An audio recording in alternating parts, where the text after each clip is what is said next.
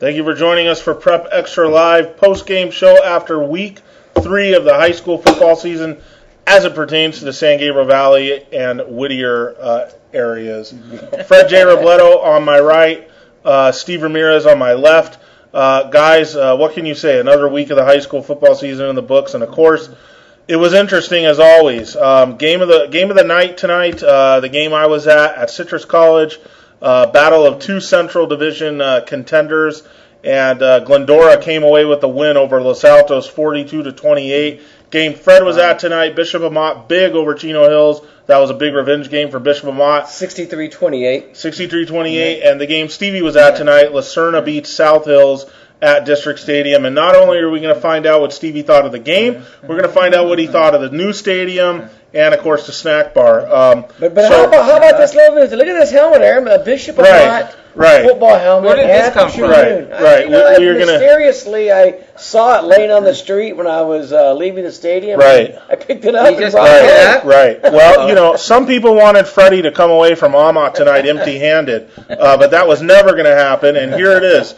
The golden A, right, Freddie? That's right. You see this A everywhere in the valley. And everywhere in the valley, not just the valley. Yeah, sometimes outside the valley. Yeah, a lot of times outside the valley. There's going to be some wondering at the school, how the heck did they get that? Sometimes things just happen. Mysteriously. There might be someone even maybe coming to the building tonight trying to get it back the way things are going. But anyways, Fred was there. Freddie talked to Toriano Sweet, the big-time running back that had a 5-touchdown performance tonight.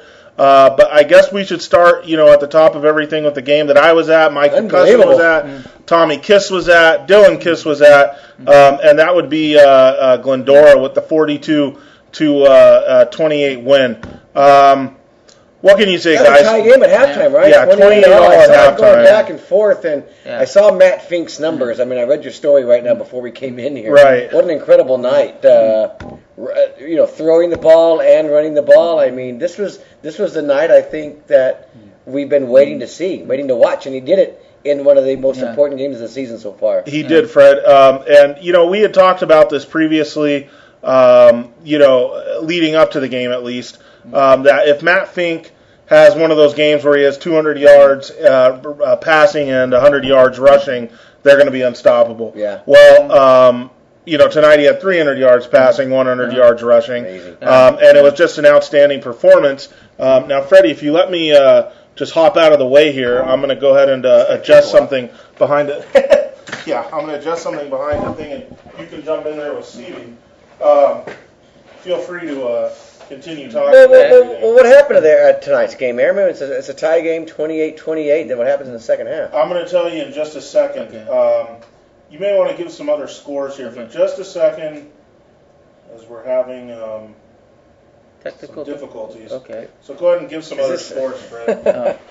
Okay, we go down the line. Montebello 41-7 over Azusa. Bonita with the easy 49-7 win over South Almani. I think the score of the night that probably shocked me, and I took some grief on it on Twitter right now because I tweeted it out, and I said, I can't believe what I just typed. And that was Covina losing in overtime to Baldwin Park 23-20. Kind of a shocker when you look at what Covina did to Claremont. Maybe even more of a shocker, just the final score tonight. And Aaron, I want to get your thoughts on this. Claremont whips Damien 42-17. Now get this. I know we don't like to do, the comparative scores don't mean a lot. But Claremont beats Damien 42-17, Steve. Claremont needed a last-second field goal a week earlier to beat a Covina team that lost to Baldwin Park tonight. So you're I don't know what that says about Sparty, but it ain't good. So you're saying if Covina went That's down... why we put Damien's helmet over there off the side tonight. Okay. They don't deserve to be on this stage. So you're saying if Covina went down to Larson Field next week, they'd pull out a win? Yeah, where the heck is Larson Field? No, I'm just saying. I mean, Aaron, wait. Where is Larson Field? Yeah. Someone help me out here. Okay. Yeah. Okay. Excuse me, folks. I'm back. The coach. Larson. He's the one who built. Were we on this whole time, Aaron? Put Damien on the map. Yeah. We may have cut in or cut out as far as live, but as far as taping, we're always on. So, okay. Hopefully nobody had any. We're good, right? Nobody had any issues. Yeah, no. I have a text message here from Mike the cousin. Oh, okay. I know it. We'll get into that, Mike. This is a really interesting play in this Glendora Los Altos game. Wow. But no, back to what you said. I saw that score come across 13-all, Covina and Baldwin Park. Yeah. And I know you had said earlier in the night, man, look at Claremont whipping up on Damien. What does this mean for how good Covina is? And then, Covina loses his game to Baldwin Park, and I was like, why don't you ask Fred? So, yeah, that's a very... my real question was, what does this mean to Damien that they... that a Claremont team needs a last-second field goal to beat Covina, and they get whipped by Claremont. Yeah, but like I said, Baldwin Park goes in and beats Covina. Maybe Baldwin Park needs to play Damien. But is that where we're at now with Sparty? Yeah, I don't know. I mean, did you see them last week? Were you the one that covered the Charter? No. But I will say that is a rival game. It is, Claremont and Damien. It goes pretty back. There were some really good games. Yeah, it goes back to when they were both in the baseline league in the 70s and 80s. So, Yeah, I know that was astonishing. But the high school football season does that to you. Anyways, we'll get back to the game I was at now. And I also want to mention that assistant commissioner in charge of football from the CIF Southern section, Glenn Martinez, was in attendance at this game as well. Yeah. So that should tell you it was a big game. And what Mike the cousin wanted me to ask you, too, was the opening play, the opening kickoff of this game. You kind of had to have your eyes on it because usually we take things for granted on the kickoff. I'm standing there watching it, and Caleb Watkins, the kicker, no, not onside, the kicker for Glendora, he's outstanding. He kicks, and the minute he kicks, I look, and there's a Los Altos player right on him and runs into him. And Mike wants me to ask you guys, and I guess I'll ask this: Los Altos tried to block the opening kickoff. Is that what it was? They had a guy come as Caleb Watkins was running up to kick the ball. They had a guy come up and try and block the kickoff. Try to run up and jump and block the kickoff? Block the kickoff. Isn't that offside? We assume that's what it was. I thought maybe, I really did. I hate to say this. I thought, were they trying to take a cheap shot on him? Because, sometimes you see this in games in order to just block the kicker or whatever.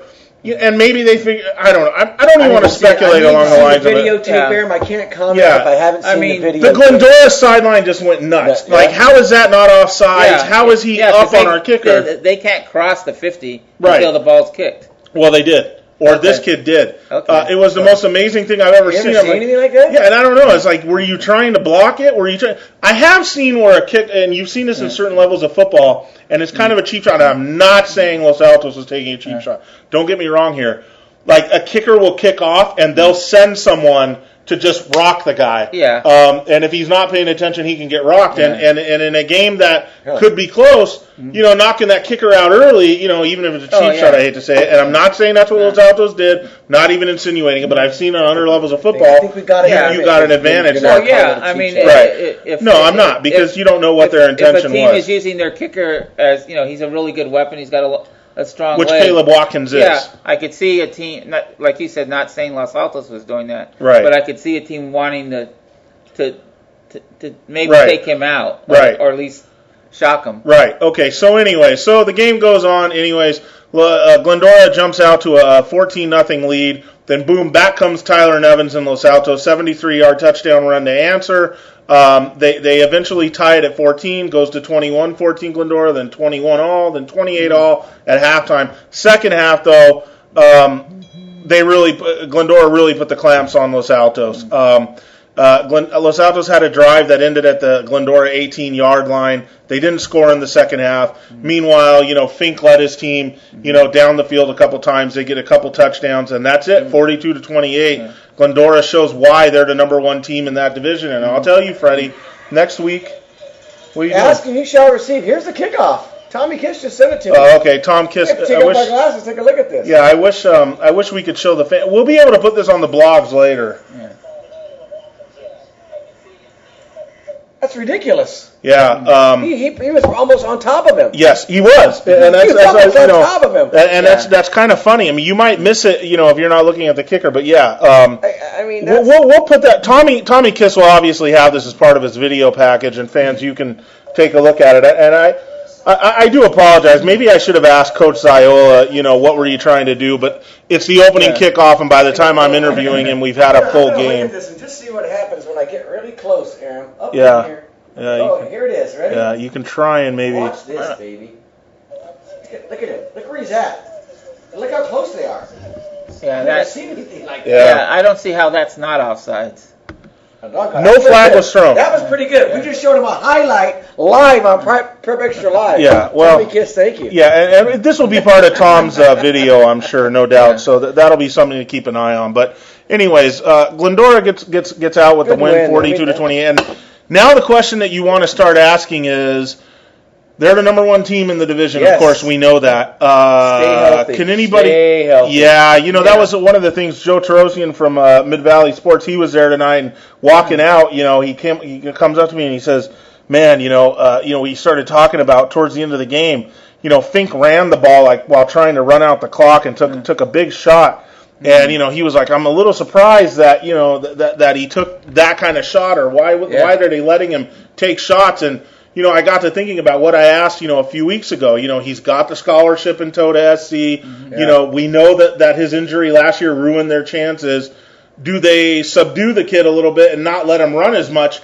And, the answer tonight is very clearly no. Fink had over 100 yards rushing, 123 yards rushing. You mentioned Joe Tarosian. That might be the first time we ever mentioned his name on our show. That's great. Yeah, man, Joe Tarosian. A big-time Ram fan. Yeah, right. He was out there tonight. Like I said, Freddie, there was a lot of people out there tonight, and good win for Glendora. Now the question becomes, next week they go into Charter Oak. Charter Oak tonight put a whipping on Bell Gardens. 49-0. Yeah, that doesn't shock me at all. This already becomes another one of my almost games of the week because next week. You throw away that La Mirada squad. I'd like to see Charter Oak play La Mirada again. For whatever reason, I think that game got away from them. No, because they've been great in every game except that one.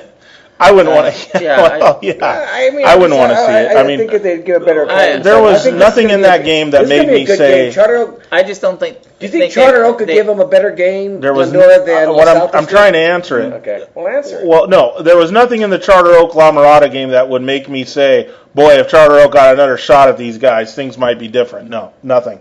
Nothing whatsoever. I don't believe it. Well, hey, maybe you should go to Charter Oak next week for the Glendora game and see what you think, because that's what I'm trying to ask you here. Glendora, number one in the division. I keep saying this. Are they the legit favorite, or do you think that Charter Oak, Colony, maybe one of the teams out from, Fontana area, Kaiser, I don't know, or San Marino even, can beat these guys? Because I'll tell you, San Marino, you got to be able to stop Fink. Right now. Yeah. But you got to be able to stop Fink. Who the heck can stop Fink in that division? Injuries. Last year he stopped himself with the injury, but that's it. Yeah, they're playing Colony in the championship if he doesn't get hurt last year. I right, okay. Well, guarantee that. I agree. Boy, I tell you what, I don't know who can beat this team in that division. Maybe Charter Oak can do it next week. They've given them close games, but Fink always pulls that one out. That division's starting to take shape. I mean, that much we do know. So there you have it. And be looking for Tom's highlight reel coming up later tonight. Now we'll jump over to the game Fred was at tonight. Freddie, first of all, how was your parking tonight? My parking was outside the stadium. Parked near the Tailgaters. Had a good time watching them as I was going in. The Tailgaters? On the street, on Orange Avenue. They're forced to park on Orange Avenue, but that's our new parking now at Bishop Amat. We park outside on Orange Avenue and we walk in, and it's to beat the crowd. It's to beat the crowd on the way out. That's where I always park even before. Yeah, there you go. And tonight, Torrey Sweet, 5 TDs in the first half. And we should mention this is big. I don't want to say big, but this is good revenge for Amat. Chino Hills had beat him last year and tied him the year before, and Chino Hills was really kind of proud of that. And I pointed that out. Chino Hills in the 3 previous meetings had averaged 45 points against Amat, and all those games. I mean, actually last year, Chino Hills beat him pretty good, 47-28. The other 2 games, Amat squeaked it out a couple years before that. But look, this game was never in doubt because there's no way they were going to stop Bishop Amat's offense. Their first string offense. When they came out in the third quarter, they scored on all 8 of their series. I mean, they never stopped them. They never punted. I mean, it was that easy. And it was a matter of when, Chino Hills came out and they scored quick. It was 28-14. It looked like they might make it a game. But once Amat's defense settled down and got a couple of stops, it was just watch the offense pull away. And Toriano Sweet, Aram. This is the first game he started since the modern day season opener, and he came out right on fire right from the first series. He carried the ball, I think, 4 straight times. A 25-yard run in his first run. He scores a touchdown. He scores 2 late touchdowns right at the end of the first half to give him 5. Now, those 5 touchdowns he had in the first half, he was 1 touchdown away from tying Ralph Brown's 1995 record for Bishop Amat, 6 touchdowns in a game. Had there not been a blowout, had there not been a running clock, there's no doubt he would have got that. I mean, just a tremendous, tremendous night for him. No, he's been working hard, and I'm just convinced now, even more than ever, when that guy is going, when you look at what like Damian Garcia gives you, the ability to run. You look at the receivers. I mean, Vaughn's had another good night. I think he had 8 or 9 catches, over 100 yards. Damian threw 3 touchdown passes, threw for over 200 yards. It's just a completely balanced offense. The offensive line is good. Chino Hills, which had been able to score in them in the other years. Amat Stevens was really able to settle down and take care of them, and I think they're just. I mean, they're ready to start league. I mean, they're ready. Well, they will next week against Notre Dame. But did Trey Sidney play tonight? No, Trey Sidney didn't play tonight. No. Trey Sidney's still nursing the knee injury. He's still out. And, they're going to need to have him back though, Freddie, for the big league games coming up here in the Mission League. But that's a smart play for them to hold him out in a game like this. Well, I mean, I don't know if they held him out or he simply couldn't go. I don't know. But even if it's borderline, I mean, I think you had posted they figured it. They guessed it was going to be about 3 games. This was the 3rd game. No use, there's no use in your last non-league game, like Stevie says, to take any chances, especially against a team you feel like you have enough offense against, and they have a lot of offense. And I'm just starting to think, this team gets Matt Brayton back, another offensive lineman, guy going to UNLV. When you get Sweet back. I mean, how good is this team? You start thinking, are they good enough for the heavyweights? I mean, are they good enough when people start to get healthy? It's going to be a good question because tonight they scored at will. Against last week against Colony, they scored at will. Against Servite, they looked really good. Take away that modern day game in the season opener, which is a winnable game. I don't know, Aaron. Yeah. It's no fault of Amat's, but, I was talking to Glenn Martinez tonight, and, we were talking at halftime about the Pac-5, and, you ask about Amat, and, I'd like to think that they're good enough to, bang with anyone, but, man, Glenn was just kind of shaking his head in amazement, and so am I, at just Centennial and St. John Bosco, Bosco just destroyed Crespi tonight. I mean, what was it, 68-7? I mean, that's the team that was a tri-champion last year with Amat and Sarah in the Mission League. I mean, I don't know. I mean, the gap from Centennial and Amat. Obviously Amat was a 1-point loser to Centennial on the road last year. So there's hope there, but. I'm really starting to think you can just pencil in Centennial and Bosco in that championship game, and that's scary because Amat's good. That Amat offense, good luck to anyone stopping them. When they're humming, they're going to be really hard to stop, even for the 2 teams I mentioned. I don't know, maybe not for Bosco, but then you talk about Amat, then you talk about Modern Day Freddie, who beat Amat, and they're only getting better. Long Beach Paulie got that QB. Eligible now, so they got him. I think they got worked by Bishop Gorman tonight in Vegas, but still. Are you saying Bishop Amat picked a bad year to be great? Yeah, I did. Because it's just absolutely scary. What I'm saying is Bishop Amat's got a heck of a team. So does Modern Day. So does Long Beach Poly, and yet Centennial and St. John Bosco just feel like they're a couple levels above them. Yeah, well, maybe Crispy's not that good. Maybe Crispy's not that good. Yeah. Well, don't tell James Escarcega that. Whether they're not that good or not, you think Amat's going to beat them 68-7? I don't think they're going to get beat 68-7. I think it'll be. No, but you think Amat's going to beat Crespi 68-7? No. I don't know. At this point, I don't know. I need to see them play more. That's games. Real wishful thinking. They're getting healthy. They're getting guys back. I just know the Centennials team I saw in the state championship game last year, and they were right there with Dale. That was just a track meet. That's great. I saw De La Salle. I saw Centennial at home in the semifinals against Bishop Amat, and I saw an Amat team that had a chance to beat them. If the not 2-point conversion, 2-point conversion Yeah. on a play they probably never should have ran. That gives them help. Hope. That gives them hope. But I think Centennial's even better this year because you got to remember that running back Taylor wasn't there for that Centennial game last year. He was injured. He's there now. Their defense is, pretty good looking. I just can't believe that there's that much of a gap. I can't even believe the gap between some of these Pac-5 teams and other teams from other divisions, which was, man, I really tell you, I wish I could have recorded the conversation with Glenn Martinez tonight because we were talking about potential what the Pac-5 would look like, next year under the new system. And boy, this is really going to be awesome new stuff. System's going through? Oh yes, absolutely. Discussion for another show. But. Absolutely, and I hope it does. Yeah. I don't. I do. That'll be a discussion. No, because I don't like it. Okay, well, yeah, we'll have to do that, especially around the time that it happens. Anyways, moving on. Stevie, before we get to the game that you were at tonight, the other really big one of the night was St. Francis beating Monrovia 32-14. Now, this was a game that was close for a while, Freddie, but St. Francis pulls away in the second half. They get the win over Monrovia. I think this was a little more along the range that you were talking about as far as the final margin, and not quite what I was talking about as the final margin being much worse. Yeah. I don't know. I don't really have many details from this game. I would just say that, good for Monrovia for hanging with these guys for a little while, but St. Francis, man, Is that where we are now? Yeah. Good for Monrovia for hanging with these guys? Yeah, St. Francis, they're just on another level right now compared to the rest of the.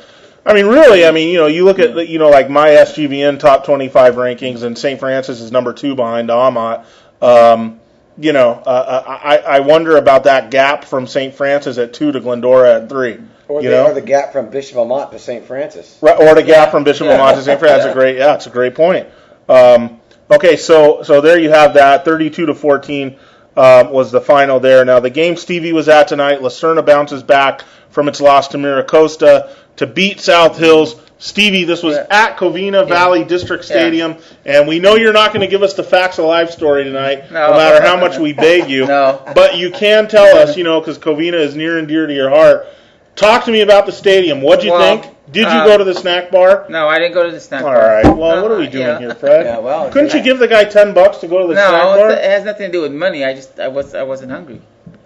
What? I went to the Pasadena Quarterbacks Club earlier in the day, so that I kind of filled myself up there. What did you think of the stadium? Was it the same? No, Covina District Field, as I've always come to know it, is gone.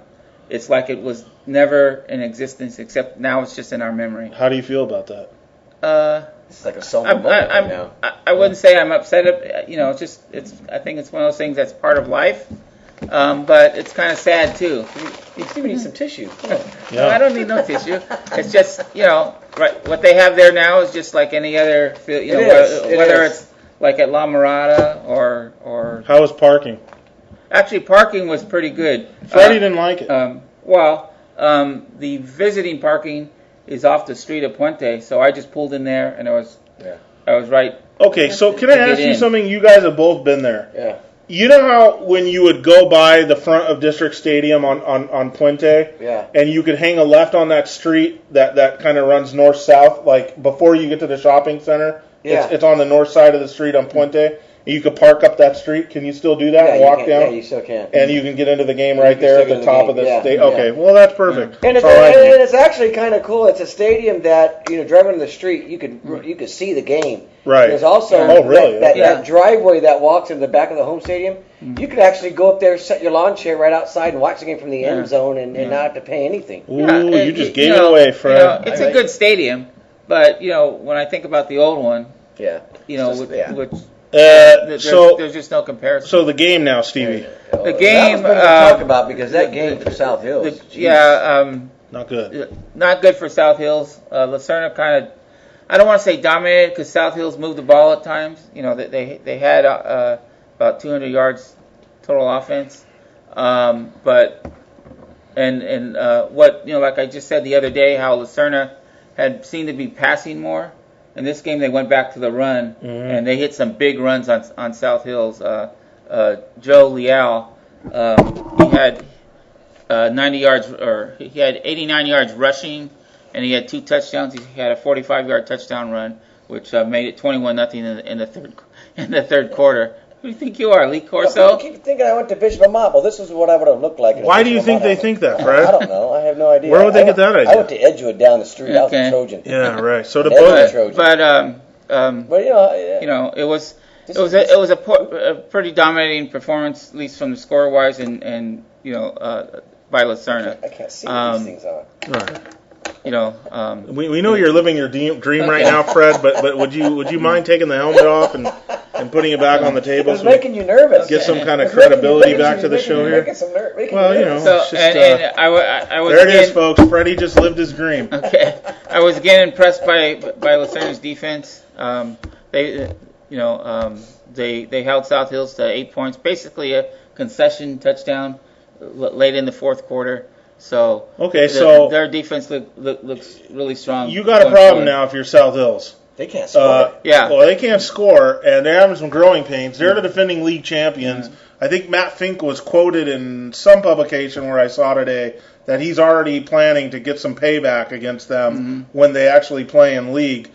He can't wait for that game. But let's look at that league now. Claremont, Bonita, Glendora, Diamond Bar. They lost tonight too. Diamond Bar lost to Braille, but fine. They're still a decent team so far or whatever. And Ayala, South Hills in big trouble, man. I know that they were in this position last year and they rattled off the last 5 wins. In the past, they were able to at least play above average defense, right?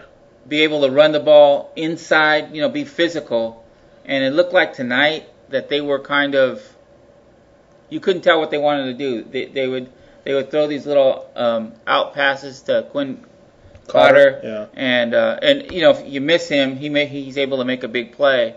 But it seemed like they didn't stick to any one thing. And I always thought their strength was how they played defense and how they ran the ball. And it looks like they've even lost that. Right. All right. Well, let's move on. The team that beat South Hills last week, West Covina.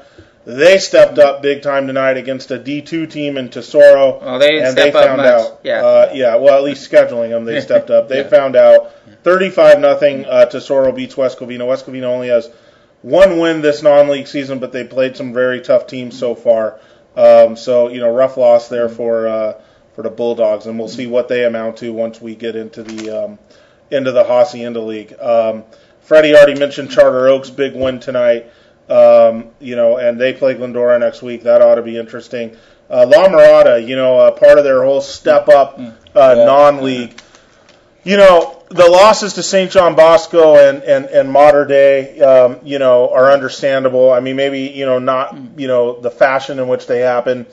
They come back and they whip Charter Oak and they show that they have quality. Tonight, you had to think that this game, in terms of difficulty, Freddie, was somewhere in between the Mater Dei game and the Charter Oak game, hopefully closer to the Charter Oak game. Yeah. And yet here we go. San Clemente takes care of them. That final was, what was it? 42-26. Yeah, 42-26. Now, La Mirada will begin league play next week against the Suburban League, and they're probably going to run that thing. Yeah. But do you think that this non-league, these 3 losses, this 1-3 mark in non-league, by the time they get to playoffs, will serve them well?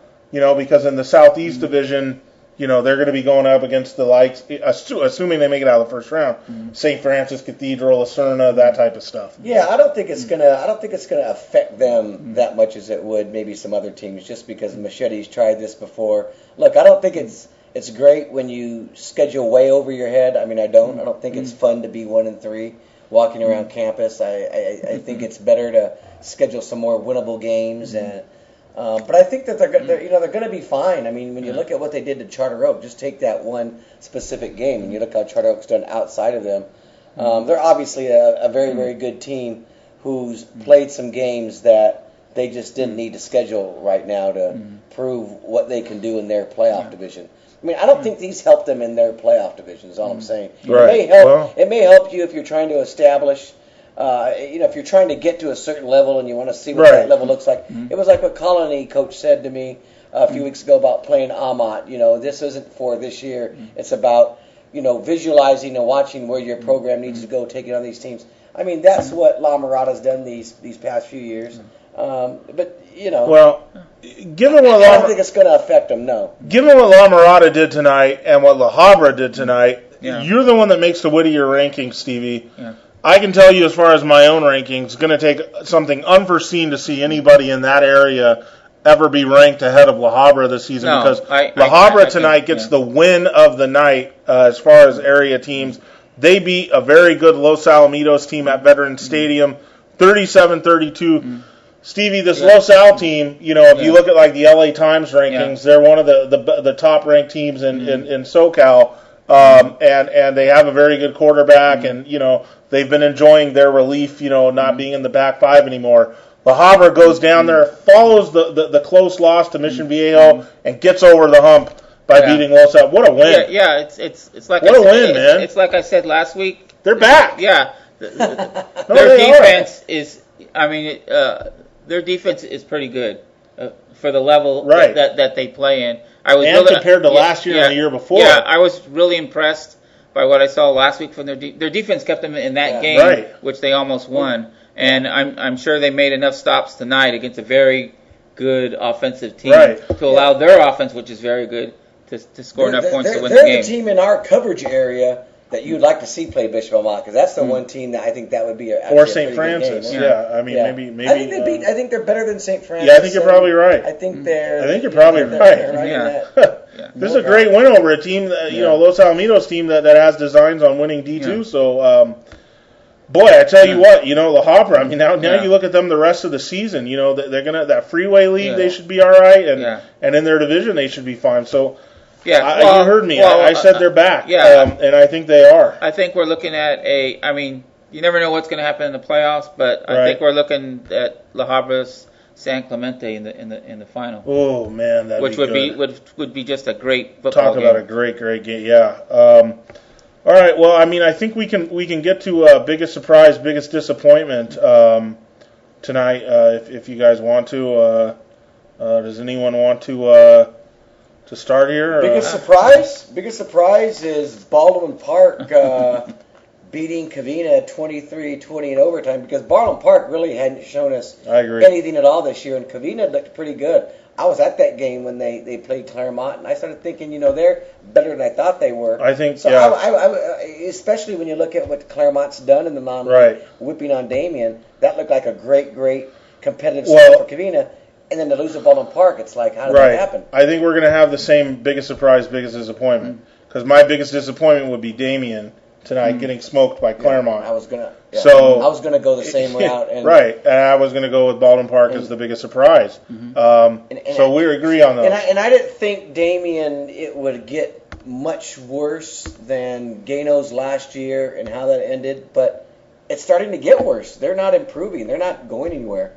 And you've got a great coach. I mean, Coach Paredes is a great coach. I think Gano is a great coach. Yeah. For whatever reason, nobody can get it done at Damien. Well, and you can't say, Freddie, like, well, you know, they're in the tough league, you know, they're in that tough baseline league, because these aren't baseline league games. I mean, if they got a little relief, they'd be playing teams like Claremont, and they're getting beat, Charter Oaks, you know, big by Claremont. I gotta think that, you know, last week we had talked about that running back Thigpen got hurt against Charter Oak.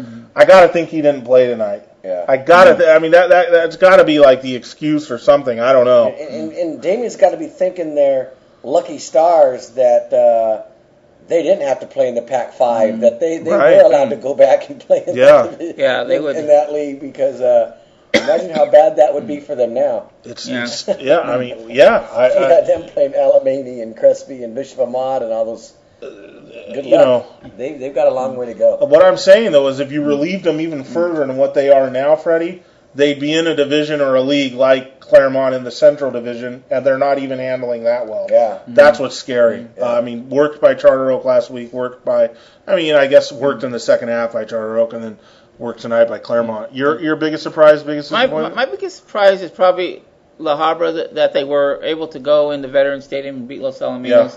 I mean, I thought they can be competitive, but the way Los Al had been playing, you know, in an upper division game, I thought they would play it close, but I'm surprised that they were able to go in there and win that game. And my biggest disappointment is Covina District Field. Covina District Field. There it is. As I know it, is gone. There it is. And that means a big part of your childhood, a big Yeah. part of your adulthood as far as professional life. Yeah. Think about all the games this guy covered at Covina Yeah. District Field. Yeah. I mean, you covered a lot. I covered a lot. How about this guy? That's up the street from me. Yeah. Yeah. It's, And you know, rough in, one. in the original plan, when they first said they were going to renovate Covina District Field, the original plan was there wasn't going to be a track. They were going to take the stadium, and it was still going to be on top of the field. And it was going to be, and you know, then people start talking, oh, we need a track for track meets and what have you. And then it turns into just like any other stadium. Yeah. That's what it is. Maybe they ran out of money, Fred. Yeah. You never know. Anyways, Two best stadiums in the valley now to watch football games, I think, are Bishop-Lamont and Los Altos. And Los Altos. I like Los Altos to watch games. But you don't like the field. Actually, I hate the field, but it's actually a a great place to I watch. like to in the Whittier area, since I've been covering Whittier area games. I like La Habra. It's kind of like District Field, where the stands, they don't have as many stands as District Field did, but they're really close to the field. There's no track. Yeah. They don't Well, have. I mean, in that area, I think St. Paul is a great yeah. place to watch a football St. game. Paul is another In another the great Pasadena place. side, nothing beats St. Francis Francis. over there. St. That's Francis, a great one. I mean, the way that stadium is on the and, press box. and- Jim Bonds, would you get a press box over at St. Paul? Can you do something about that? St. And Francis. another great Francis, place St. in the Francis. Pasadena I like to watch a game is LaSalle.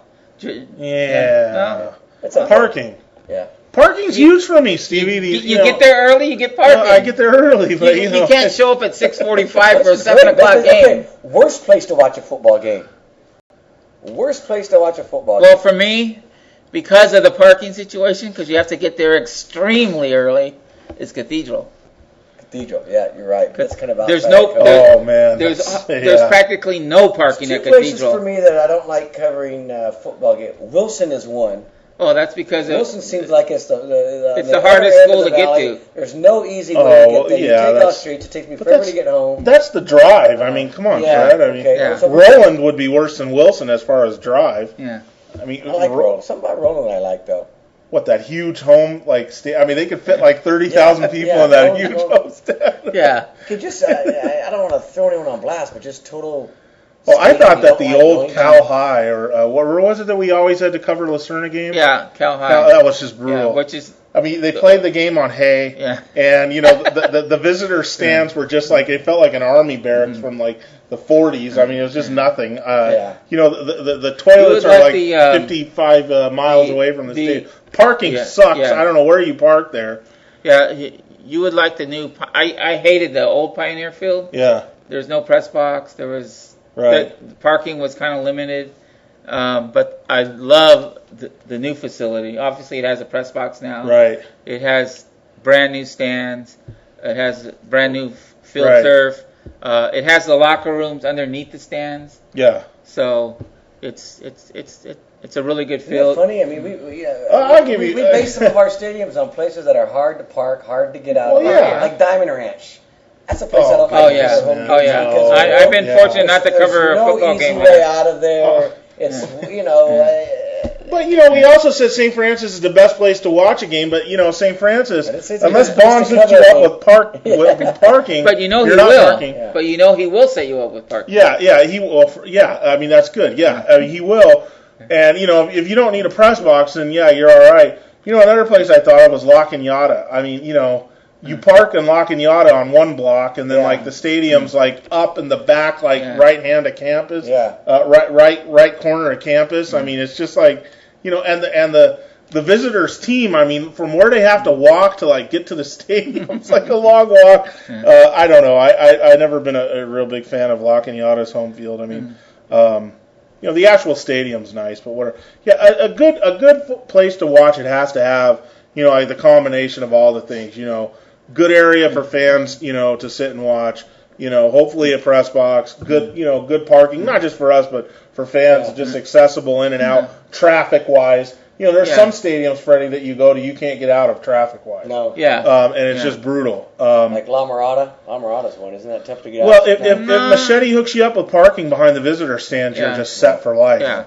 Yeah. If you don't park there, you're in trouble. But, you know, Citrus College, when the Glendora PD isn't out there ushering traffic out of that place after a big game, you're going to sit there for an hour. Yeah. If you're trying to turn out onto Citrus. Yeah. I've covered You're right. the the San Dimas Bonita game there, and I write from my car there because I can't get out. Well, speaking of that, Aaron gets that one next week. That's supposedly the plan, right back at Citrus College.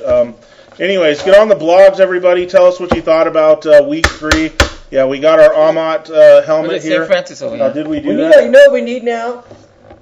We need the top 3 teams in the SGVN readership, different zones. We've got St. Francis, Pasadena, Bishop Amat, and the Tribune. We need La Habra. So Frank Mazzata, we need La Habra right here. Why not Lacerna? Yeah, team in that area. We have to go with the number 1. Well, Lacerna's got all the recent success. If we're going with the number 1, it might be number 1 right now. But okay, yeah, I'm sure I could maybe talk Coach George into a Lacerna helmet. Absolutely. We'll take Frankie Palmer's old one. How about that? Okay, everybody. Well, thank you for watching, and we will be back early next week with the 2-minute drills. Get on the blogs. Let us know what you thought, and we'll see you next week.